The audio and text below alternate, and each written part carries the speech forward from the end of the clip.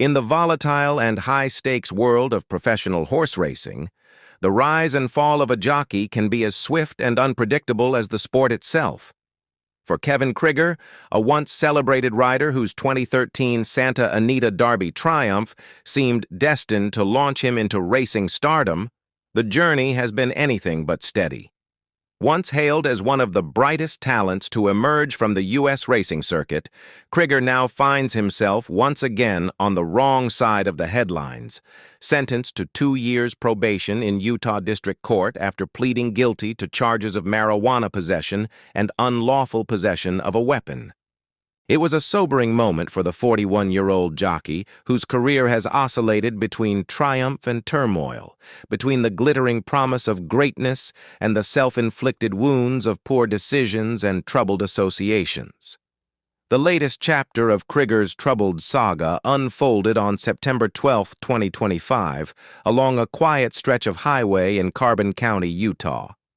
Police pulled over a U-Haul cargo truck towing a car trailer after noticing that the trailer's taillights were not functioning. What began as a routine traffic stop soon escalated into a criminal investigation. According to the police report, officers detected a strong odor of raw marijuana coming from the vehicle. A search ensued, leading to the discovery of approximately 1 pound of marijuana and a handgun inside the truck and the towed vehicle. Krieger told officers that he was traveling from Washington State, where he had recently captured the riding title at Emerald Downs, and was headed to New Mexico. He was immediately arrested and charged with possession of a dangerous weapon by a restricted person, a third-degree felony, and possession of a controlled substance, a Class B misdemeanor. Facing serious consequences that could have jeopardized both his freedom and his racing career, Krieger ultimately agreed to a plea bargain. During his September 22nd arraignment, presided over by Judge Jeremiah Humes, the prosecution agreed to reduce the felony firearm charge to a Class A misdemeanor. In exchange, Krieger pleaded guilty to both the downgraded firearm charge and the marijuana possession charge. Judge Humes subsequently suspended a 364-day jail sentence for the firearm count and a 6-month sentence for the drug offense, placing Krieger instead on 24 months of probation. He was also fined $750 and ordered to comply with standard probation conditions, which likely include travel restrictions, mandatory drug testing, and a prohibition on firearm possession. Having been held without bail since his arrest, Krieger was released following the court hearing. For many in the racing world, this latest incident felt like déjà vu. Krieger's arrest and conviction in Utah mark yet another run-in with the law for a rider whose career has long been shadowed by personal turbulence and off-track issues. Just 3 years earlier, in 2022, Krieger was convicted in the U.S. Virgin Islands for unauthorized possession of a firearm, a case that reportedly involved an unregistered handgun. That conviction also placed him on probation, which he remains under to this day. Legal experts now question whether the Utah ruling might complicate or violate the terms of his existing probation from that earlier case.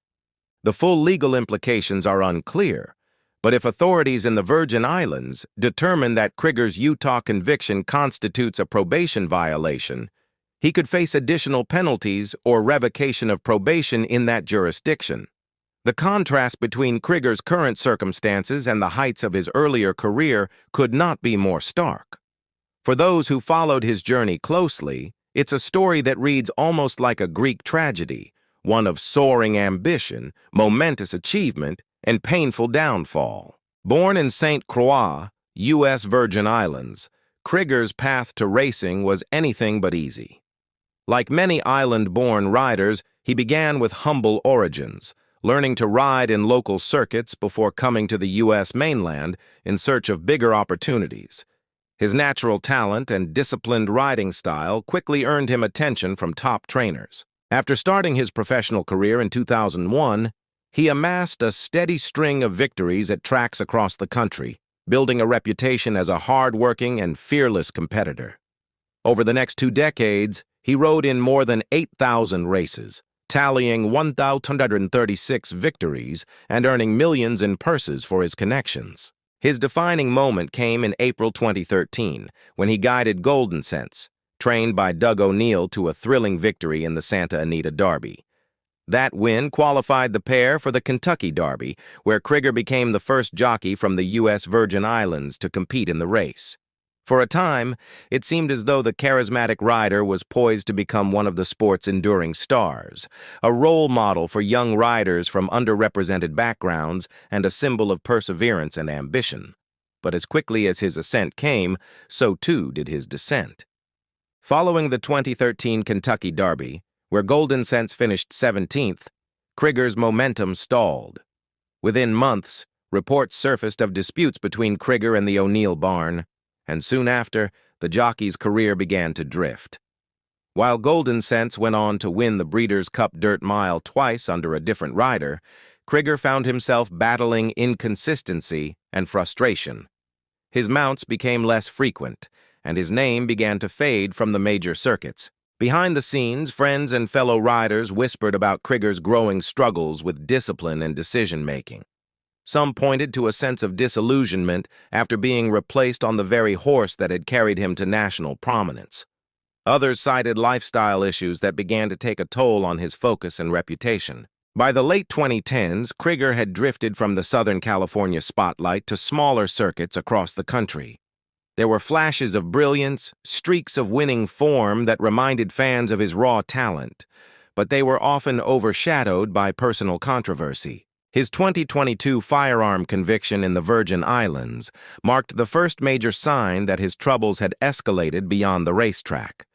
Although he managed to continue riding under limited conditions, the case tainted his professional standing, and several racing jurisdictions reportedly scrutinized his licensing applications more closely. Ironically, just months before his Utah arrest, Krieger appeared to be rebuilding his career and his image. At Emerald Downs in Washington State, he turned in one of the most dominant seasons of his career, leading all jockeys with 70 wins from 304 mounts. His resurgence was hailed by local horsemen as a testament to perseverance. He was focused, he was disciplined, and he looked like the old Kevin again, one trainer told Daily Racing Form earlier this summer. You could tell he wanted to make things right, professionally and personally. That renewed focus made his September arrest all the more shocking. For those who had believed Krieger was on the path to redemption, the news from Utah felt like a cruel relapse into old habits. Though Krieger avoided jail time, his Utah conviction could have significant ramifications for his future as a licensed jockey. Racing commissions across North America maintain strict policies regarding criminal convictions, especially those involving drugs or weapons. Under most jurisdictional guidelines, a conviction for possession of a firearm or a controlled substance can result in the suspension or revocation of a jockey's license. Even though Krieger's offense was ultimately classified as a misdemeanor, state and provincial regulators often take such matters seriously, particularly when they suggest repeated patterns of misconduct. Furthermore, racing bodies generally consider both the nature of the offense and the frequency of prior incidents when evaluating an individual's fitness for licensing. Given that Krieger is already under probation in another jurisdiction for a similar weapons offense, the cumulative impact could hinder his ability to ride professionally in several racing states. Krieger's struggles echo a familiar pattern seen among many jockeys whose personal lives spiral under the weight of pressure, fame, and the isolating demands of the sport.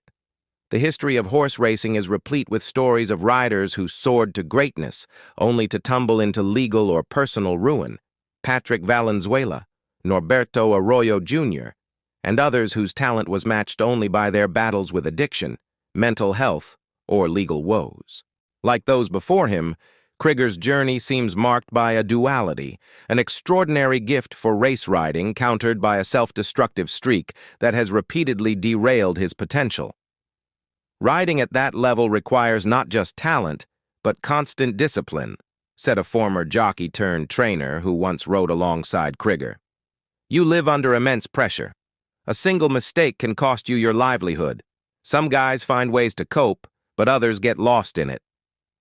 Despite the bleakness of his legal troubles, Krieger's sentence leaves a door open for redemption if he chooses to walk through it.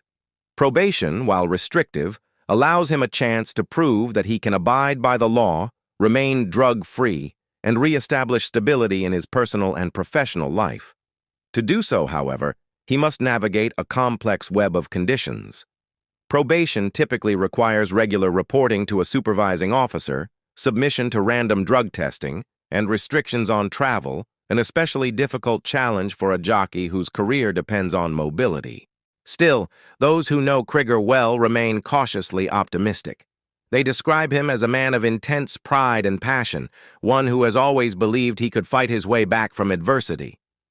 Whether that drive will be enough this time remains uncertain. For the broader racing community, the Kevin Krieger saga serves as a cautionary tale, a reminder that talent alone cannot sustain a career in a sport as unforgiving as horse racing. The physical courage required to ride a half-ton thoroughbred at 40 miles an hour is immense, but the emotional and moral discipline required to navigate fame and fortune may be even greater. Krieger's downfall does not erase his achievements. His Santa Anita Derby victory aboard Golden Sense remains a landmark moment, especially for Caribbean riders who saw in him a symbol of possibility. But it does complicate his legacy, raising questions about what might have been had he stayed on course. The racing world has shown compassion for its fallen stars before. Riders like Valenzuela eventually found paths to partial redemption, returning to the saddle after long suspensions and public battles with addiction. Whether Krieger can do the same will depend on his willingness to confront the root causes of his troubles, whatever they may be, and rebuild from the ground up. For now, he remains on probation, both literally and figuratively, a man once on top of the racing world, now seeking his footing once again. In the end, Kevin Krieger's story is not just about a talented jockey in legal trouble. It is about the fragility of success, the relentless pull of old habits, and the thin line between redemption and ruin. If he can learn from this latest setback, perhaps his career need not end as another cautionary headline. But if history repeats itself, the once promising rider who conquered Santa Anita may be remembered less for his triumphs and more for the troubling turns that followed them.